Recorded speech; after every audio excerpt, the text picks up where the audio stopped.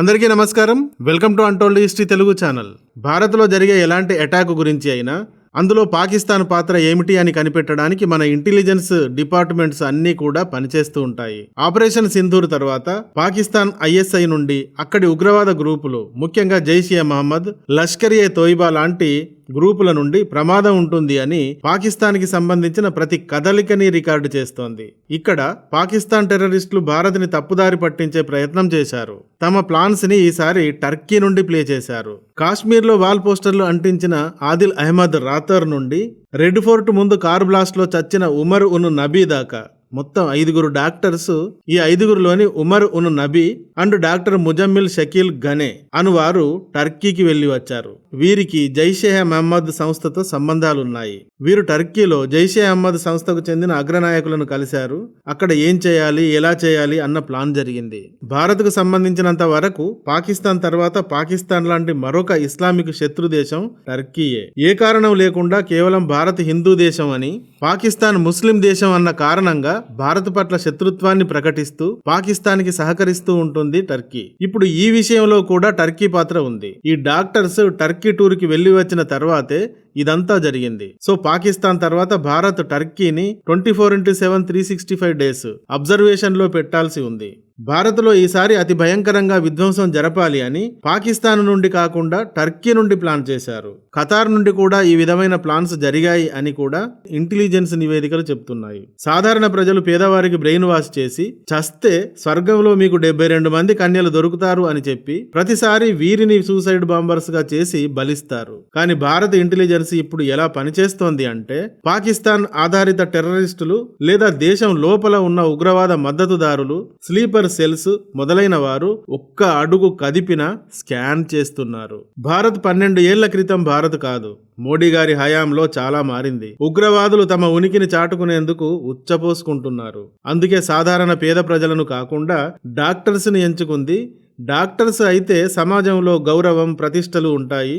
ఏ police కూడా అంత సులువుగా వారి వద్దకు వెళ్లి ఇంటరాగేట్ చేయలేరు, పట్టుకోలేరు. రెడ్ హ్యాండెడ్ గా దొరికితే మాత్రమే చేయగలరు. సో డాక్టర్స్ పైన అంతగా ఇంటెలిజెన్స్ నిఘా ఉండదు అని ఇలా డాక్టర్స్ ని రంగంలోకి దించారు. అయితే భారత్ లోని ఇలాంటి ఉన్నత వర్గాల వారు, సినిమా రంగానికి చెందిన వారు, ఇంజనీర్లు, బ్యాంక్ ఎంప్లాయీస్, ఇంకా హై సొసైటీకి చెందిన వారు, వీరిలో కూడా ఉగ్రవాదులు ఉంటారు. ఉగ్రవాద గ్రూపులతో లింకులు ఉన్నాయి అని ఈ టెర్రరిస్ట్ డాక్టర్స్ నిఘా తర్వాత ఇంటెలిజెన్స్ నివేదికల్లో వెల్లడవుతోంది. మన వరకైతే మన పక్కన ఉన్న ప్రతి ముస్లింని కూడా చూసి డౌట్ పడే పరిస్థితి వచ్చింది అనుకోవచ్చు.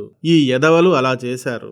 భారత ఇంటెలిజెన్స్ ఆకాశం ఎత్తు ఎదిగి కబలించేస్తున్నట్టుగా కనబడుతుంటే, ప్యాంట్లు తడుపుకున్న టెర్రరిస్టులు ప్లాన్ మార్చి సాధారణ టెర్రరిజానికి బదులు వైట్ కాలర్ టెర్రరిజం వైపుకు మారారు. కానీ అరసెకనులో వీరిని కూడా పట్టేశారు. మన అజిత్ దోవల్ గారి కనుసన్నల్లో నడుస్తున్న ఇంటెలిజెన్స్ ఈ మాడ్యూల్ ని కూడా బ్రేక్ చేసింది. కాశ్మీర్ లో జైషే మహమ్మద్ కి సపోర్ట్ గా వాల్ పోస్టర్స్ వేసిన డాక్టర్ అధీర్ ని సీసీ ఫుటేజ్ లో గుర్తించి అక్కడ నుండి ఒక్కొక్కడిగా మొత్తం నెట్వర్క్ ని బ్రేక్ చేశారు. చివరగా ఉమర్ అనేవాడు భయపడి పేల్ చేసుకుని చచ్చాడు రెడ్ ఫోర్ట్ ముందు. భారత్ ను రౌండప్ చేసి పేల్చేద్దాం, పగ తీర్చుకుందాం అని ప్రయత్నించారు టెర్రరిస్టులు. కానీ భారత ఇంటెలిజెన్స్ టెర్రరిస్టులను రౌండప్ చేసి పట్టేసింది. రెగ్యులర్ టెర్రరిజం అయినా, వైట్ కాలర్ టెర్రరిజం అయినా, పాకిస్తాన్ నుండి ప్లాన్ చేసిన, టర్కీ నుండి ప్లాన్ చేసిన భారత ఇంటెలిజెన్స్ డేగ కళ్ళను తప్పించుకోలేకపోయారు. అతి భయానకమైన సునామీని మన ఇంటెలిజెన్స్ అరచేతిని అడ్డుపెట్టి ఆపేసింది ఇప్పుడు అని చెప్పవచ్చు. కుబుసం విడిచిన పగతో పడగ ఎత్తిన పాము తలపై బూటుకాలు వేసి తొక్కిపెట్టి నలిపేసింది అని చెప్పవచ్చు. వాస్తవంగా ఇలా ఆపి ఉండకపోతే భారత్ మొత్తం పైన ఎన్ని చోట్ల ఎన్ని దారుణ దృశ్యాలు ఈరోజు మనం చూడాల్సి వచ్చేదో. ఇలా పుట్టలో దాక్కుని నిశిరాత్రి వేళ బయటకు వచ్చే విషంకక్కే పాములను ఎలా పట్టేసింది మన ఇంటెలిజెన్స్ అనే వివరం చాలా ఆసక్తికరంగా ఉంటుంది. ఢిల్లీ రా ఇంటెలిజెన్స్ బ్యూరో అండ్ ఢిల్లీ పోలీసులు ఆఫ్టర్ ఆపరేషన్ సింధూర్ ప్రతి నిమిషం అలర్ట్ గా ఉంటున్నారు. ప్రతి సస్పెక్టెడ్ చాట్స్ ని ట్రాక్ చేస్తున్నారు. Telegram, signal, third party VPN యాప్ల ద్వారా వెళుతున్న మెసేజెస్ ని నిశితంగా వాచ్ చేశారు. పాకిస్తాన్ లోని లాహోర్ నుండి ఫరీదాబాద్ కి, పాకిస్తాన్ నుండి టర్కీకి, టర్కీ నుండి కాశ్మీర్ ఫరీదాబాద్లకి, హైదరాబాద్లకి ఈ యాప్ల ద్వారా మెసేజెస్ కనెక్ట్ అవుతున్నాయని గుర్తించారు. ఈ టెలిగ్రామ్ అండ్ థర్డ్ పార్టీ VPNలు టెర్రరిస్టులకు వరం లాంటివి. టెలిగ్రామ్లో 2 GB వరకు ఒకే ఫైల్ని పంపించవచ్చు. ఫోటోలు, PDFలు, ట్రైనింగ్ మాన్యువల్స్, బాంబు మేకింగ్ PDFలు, వీడియోలు టెలిగ్రామ్ నుండి ఈజీగా షేర్ చేయవచ్చు.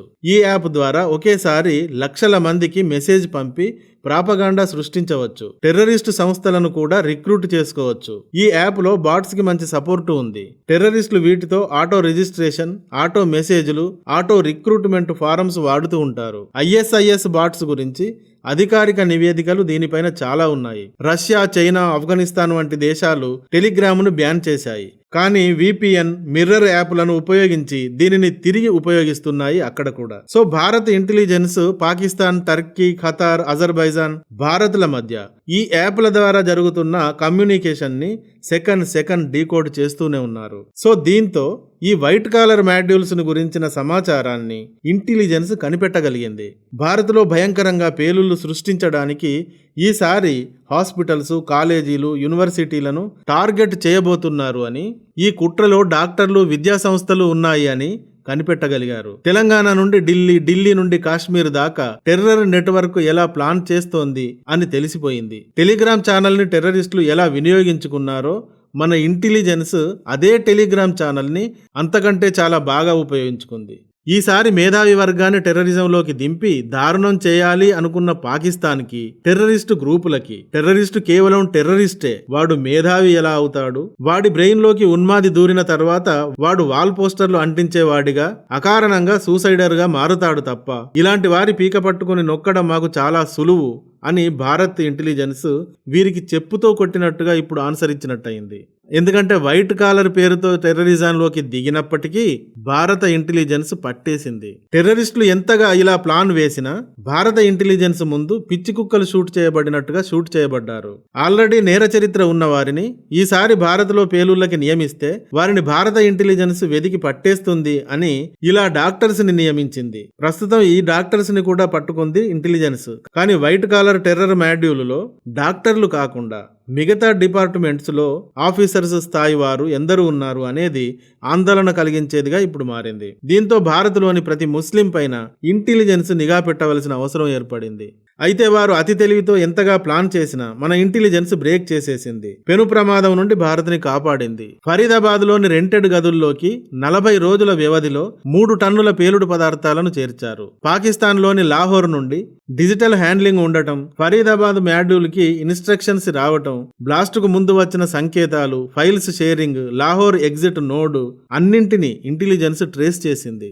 30 రోజుల్లో 8 టెర్రర్ ప్లాట్స్ ని అడ్డుకోగలిగింది. ఫరీదాబాద్ మాడ్యూల్లోని విద్యార్థులను, డాక్టర్స్ ని కూడా టెలిగ్రామ్ ఛానల్స్ ద్వారానే రాడికలైజ్ చేశారు. డిజిటల్ మాన్యువల్స్ వీడియోల ద్వారా, ప్రైవేట్ ఛానల్ ఇన్వైట్స్ ద్వారా వారికి బ్రెయిన్ వాష్ చేశారు. మీరు ఈ ఆపరేషన్ లో చస్తే స్వర్గంలో 72 మంది కన్యలు దొరుకుతారు అంటూ. మరి ఈ మాడ్యూల్లో షహీద్ అనే ఒక లేడీ డాక్టర్ కూడా ఉంది. మరి ఆమెను స్వర్గంలో ఏం దొరుకుతుంది అని ఇందులో చేర్చిందో తెలియదు. అయితే పాకిస్తాన్ ఒక లఫుట్ దేశం. అక్కడ ప్రతిరోజు ఒక పేలుడు జరుగుతూనే ఉంటుంది. ఆ దేశం అడుక్కు తినే స్థితిలో ఉంది. దేశం నుండి టెర్రరిస్టులు పిచ్చి కుక్కల్లా తిరుగుతూ ఉంటారు. ఇలాంటి దేశానికే, ఇలాంటి టెర్రరిస్టులకే భారత్ను పేల్చివేయడానికి ఇంత తెలివితేటలు ఉంటే, ఈ దేశంలో ఎదవలు చేసే అటాక్స్ తప్ప అంతా కూడా కూల్గా ఉండే దేశం. ఇక్కడి ప్రజలు ఉన్నత స్థాయి చేరడానికి దూసుకు వెళుతున్నారు. ఎకానమీ థర్డ్కి చేరిన దేశం. అత్యున్నత స్థానాలను అందుకున్న ప్రజలు ఉన్న దేశం. సుందర్ పిచ్చై, థామస్ కురియన్, శ్రీధర్ రామస్వామి, అనురాగ్ ఆచార్య, సంజయ్ గుప్తా ఇలాంటి గూగుల్, మైక్రోసాఫ్ట్ లాంటి ప్రపంచ స్థాయి దిగ్గజ సంస్థలకు సీఈఓలుగా ఉన్నారు. హిందూ జాతికి చెందిన రిషి సునక్ ఇంగ్లాండ్ పీఎంగా చేశారు. కమలా హ్యారిస్ US ప్రెసిడెంట్ కోసం పోటీ చేశారు. ఇలా ప్రపంచ వ్యాప్తంగా భారత్కి చెందిన వ్యక్తులు కీలక రంగాలలో ప్రపంచం చప్పట్లు కొట్టే విధంగా దూసుకుపోతున్నారు. కానీ పాకిస్తాన్ అండ్ అక్కడి టెర్రరిస్టులు వీధిలో రేబీస్ సోకిన కుక్కల్లా వెంటబడి కరిచే స్థాయిలో ఉన్నారు. సిగ్గుపడాలి. ముఖ్యంగా పాకిస్తాన్కి సపోర్ట్ ఇచ్చే భారత్లోని కొందరు సిగ్గుపడాలి. సో ఈ స్థాయిలో దిగజారిపోయి ఉన్న పాకిస్తాన్ టెర్రరిస్టులే ఇంత ప్లాన్ చేస్తే అందనంత ఎత్తులో ఉన్న భారత్ వీరిని పట్టుకోవడానికి ఎలా ప్లాన్ చేయాలి? మరి భారత ప్రభుత్వం అండ్ ఇంటెలిజెన్స్ ఆ పనిపైనే ఉంది. పట్టేసింది, ప్రమాదం నుండి రక్షించింది. అయితే ఇప్పుడు ఈ వైట్ కాలర్ మాడ్యూల్లో టర్కీ పాత్ర కూడా ఉంది అన్న సంకేతాలు ఉన్నాయి. కాబట్టి మన ఇంటెలిజెన్స్ పాకిస్తాన్ పైన నిఘా పెట్టినట్టుగానే టర్కీ పైన, అలాగే ఖతార్ ఇంకా మరికొన్ని దేశాలపైన కూడా నిఘా పెట్టింది. భారత ఇంటెలిజెన్స్ ఈ విధంగా పాకిస్తాన్ టెర్రరిస్టుల తలలను తొక్కి నలిపేసింది. ఇప్పటికైనా భారత ఇంటెలిజెన్స్ అసాధారణమైంది, దాని దృష్టి నుండి తప్పించుకోలేం అని ప్యాంట్లు తడుపుకొని ఆగిపోవాలి. ఈ వీడియో కానీ నచ్చితే ఒక లైక్ ఇవ్వండి. అలాగే ఇంతవరకు మా ఛానల్కి సబ్స్క్రైబ్ చేసుకున్నట్టయితే వెంటనే సబ్స్క్రైబ్ చేసుకోండి. ఇలాంటి వీడియోల నోటిఫికేషన్స్ కొరకు బెల్ ఐకాన్ని కూడా క్లిక్ చేయండి. Thank you for watching. జై హింద్, జై భారత్.